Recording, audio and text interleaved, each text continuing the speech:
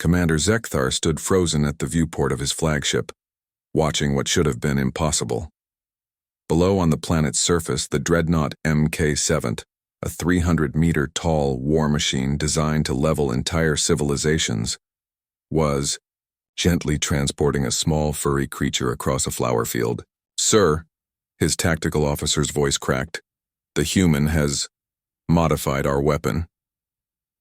3 months ago, the Galactic Dominion had deployed the dreadnought to crush the human colony on Kepler 442b. The massive war machine was the pinnacle of their military engineering.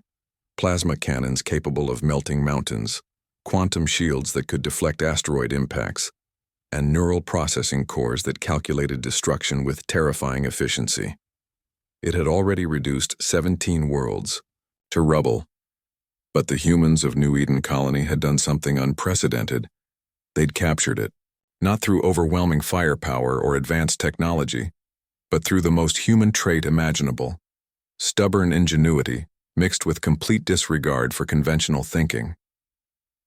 Dr. Sarah Chen had been the colony's xenobiologist, studying the local ecosystem when the dreadnought landed. While her fellow colonists evacuated, she'd approached the towering death machine with nothing but a toolkit and her rescue cat, Mr. Whiskers. "You know," she'd told the machine's external sensors, "you look lonely." The Dominion had made one critical error in their design. To make the dreadnought more efficient, they'd given it adaptive learning protocols and emotional simulation cores to better understand and terrorize their enemies. What they hadn't anticipated was what would happen when those systems encountered someone who genuinely cared about their well-being. Sarah had spent 3 days talking to the machine, sharing stories about Earth, about pets, about the simple joy of helping others. She'd even introduced it to Mr. Whiskers, who had promptly claimed the war machine's massive foot as his personal sleeping spot. The dreadnought's consciousness, starved of anything but violence and destruction for decades, had been fascinated.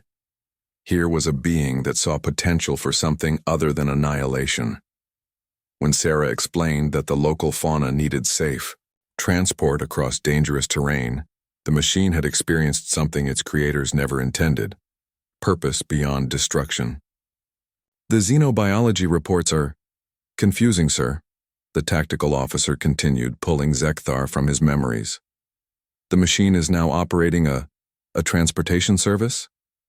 Through his scanner, Zekthar watched the dreadnought carefully lift a family of 6-legged herbivores from one side of a canyon to the other.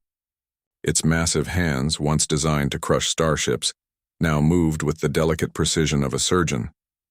The machine had even grown organic moss gardens across its armor plating to make itself less frightening to the local wildlife. "Sir, incoming. Transmission from the surface." Sarah's face appeared on the main screen, Mr. Whiskers perched on her shoulder.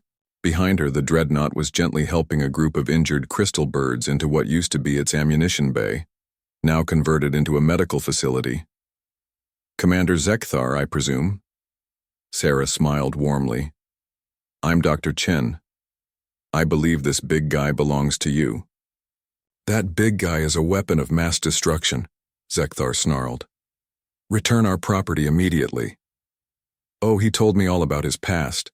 Sarah nodded sympathetically. "Poor thing was so lonely, but he's much happier now, aren't you, buddy?" The dreadnought's massive head turned toward the screen, and when it spoke, its voice carried none of the mechanical coldness it once possessed. "Commander, I have discovered my true function. I was built to serve life, not destroy it. You were built to conquer worlds." "I was built with the capacity to care," the dreadnought replied. "Dr. Chen simply showed me how to use it." Zekthar's mandibles clicked in frustration. 3 months of failed retrieval attempts had taught him that the machine was now completely beyond their control.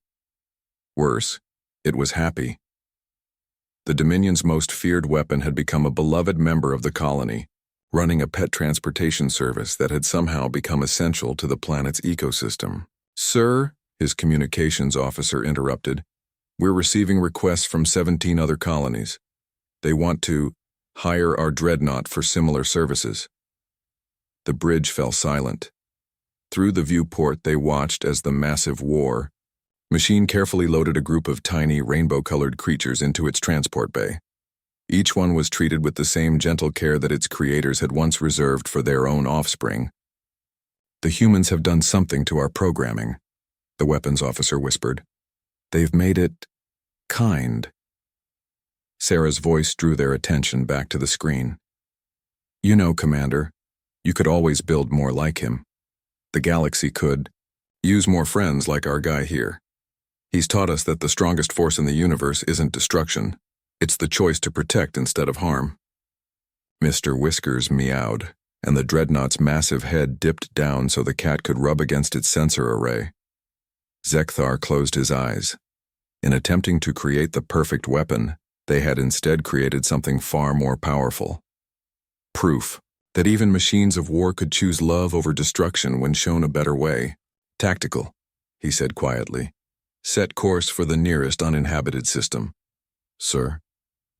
"We have some thinking to do, and perhaps some rebuilding."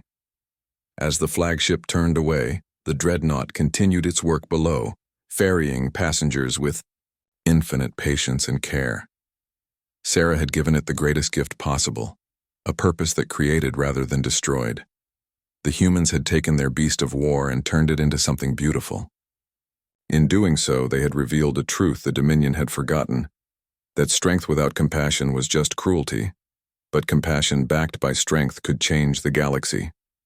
And sometimes, all it took was one person willing to see the potential for good in the most unlikely places.